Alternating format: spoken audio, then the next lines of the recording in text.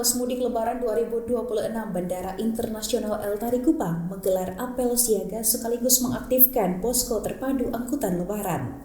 Langkah ini dilakukan untuk mengantisipasi lonjakan penumpang yang diprediksi mencapai lebih dari 53.000 orang selama periode angkutan lebaran. Berikut informasi selengkapnya untuk Anda. Bandara Internasional El Tari Kupang gelar apel siaga posko angkutan lebaran 2026.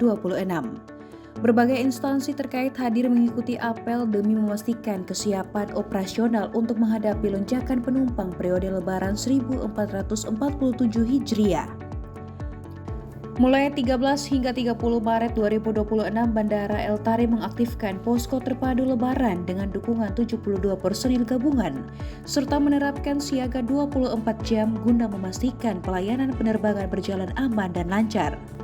Selama periode lebaran ini diperkirakan jumlah penumpang mencapai 53.763 orang. Puncak arus mudik terjadi pada tanggal 18 Maret, sementara puncak arus balik terjadi pada tanggal 28 Maret. Sebagai informasi bahwa Lebaran tahun 2020 ini diprediksikan sebanyak 53.763 penumpang dengan 550 pergerakan pesawat dan 662 ton kargo yang akan menggunakan moda transportasi. Bahwa untuk prediksi puncak trafik lebaran akan jatuh di H-3 dengan prediksi 3.450 penumpang, yaitu pada tanggal 18 Maret. Dan arus balik diprediksi dengan puncak pada H+5 dengan prediksi sebanyak 3.819 penumpang pada tanggal 27 Maret 2026. Melalui apel posko siaga ini diharapkan kerjasama antar instansi dapat terus terjalin menjelang puncak arus mudik lebaran demi memastikan keamanan dan keselamatan penumpang. Kami berharap bahwa seluruh komunitas bandar udara dapat bersiap dan saling mendukung kelancaran perjalanan untuk memastikan aspek keamanan, kenyamanan, keselamatan, serta kesehatan dapat diwujudkan.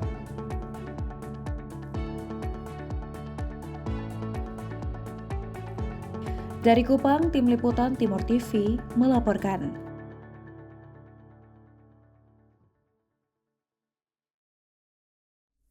Kantor polisi biasanya identik dengan ketegangan dan pemeriksaan kasus. Namun ada yang berbeda di Polda Nusa Tenggara Timur hari ini.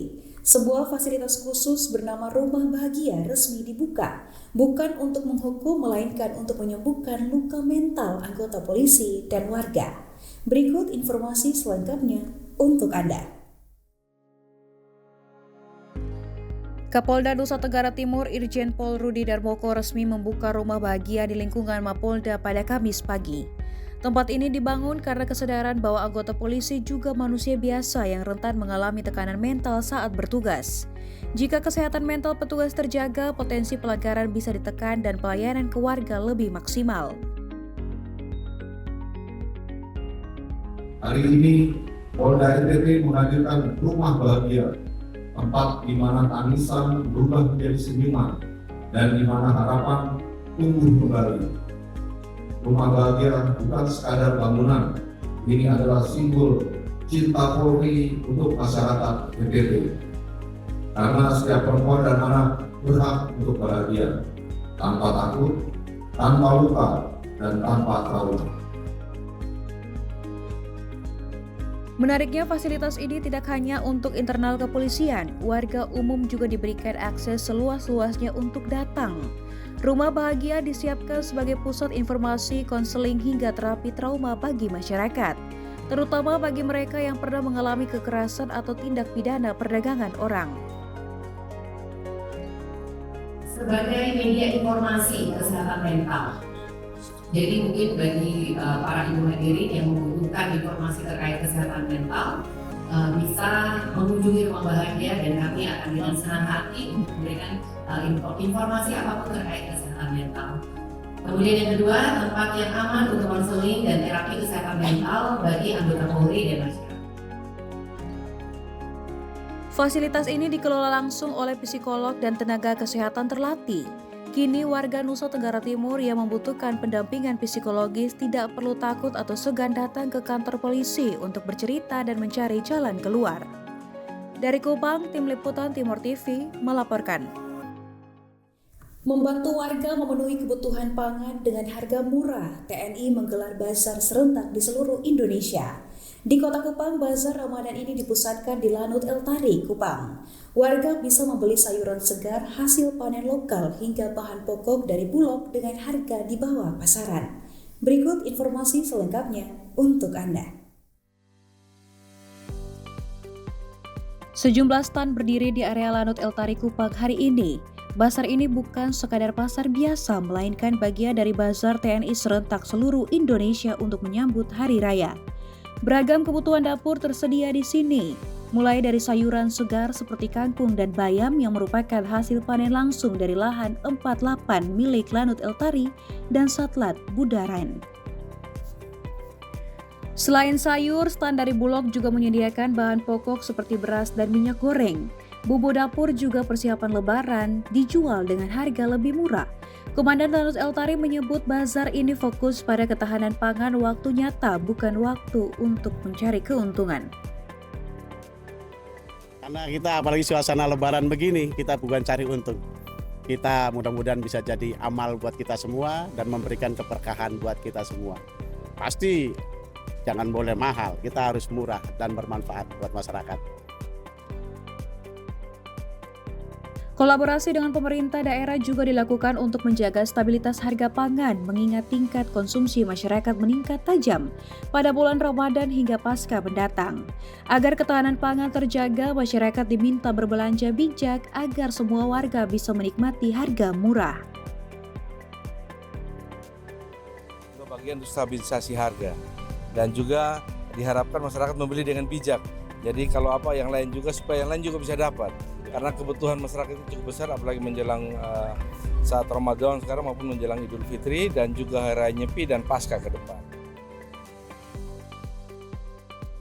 Kegiatan ini menjadi titik temu warga kota dan Kabupaten Kupang untuk mendapatkan pangan murah sekaligus memastikan dapur tetap ngebul jelang Hari Raya. Dari Kupang, Tim Liputan Timur TV melaporkan. Warga Kelurahan Air Nona Kota Kupang kini punya pusat pelayanan baru.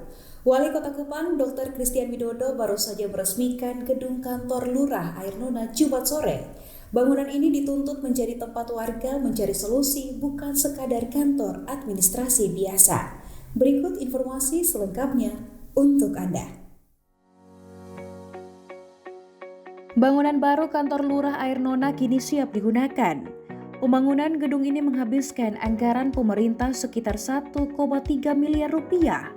Dalam peresmian tersebut, Wali Kota Kupang meminta seluruh staf kelurahan bekerja cepat dan jujur. Bagi Wali Kota, integritas adalah kunci utama, artinya tetap berbuat benar meski tidak ada yang mengawasi. Selain gedung, ada kabar baik lain dari warga Air Nona. Tahun ini pemerintah menyiapkan dana 500 juta rupiah untuk program kelurahan, termasuk rencana perbaikan kolam di depan kantor lurah. Tapi dana ini tidak bisa dipakai secara sepihak. Semua program harus disepakati bersama oleh warga melalui musyawarah rencana pembangunan atau musrembang. Jika semua warga setuju, dinas terkait wajib mengerjakannya.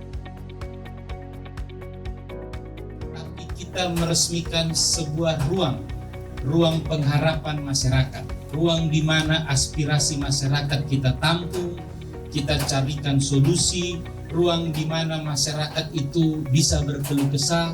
Jadi hari ini kita tidak hanya meresmikan gedung secara fisik, tetapi secara simbol kita meresmikan sebuah ruang pengharapan dan pelayanan publik.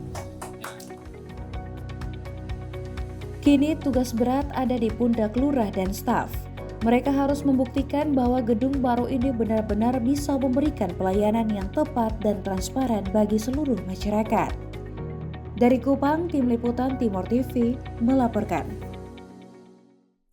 IAKN Kupang kukuhkan 380 wisudawan jadi generasi berdaya saing. Informasi selengkapnya akan hadir sesaat lagi, tetaplah bersama kami.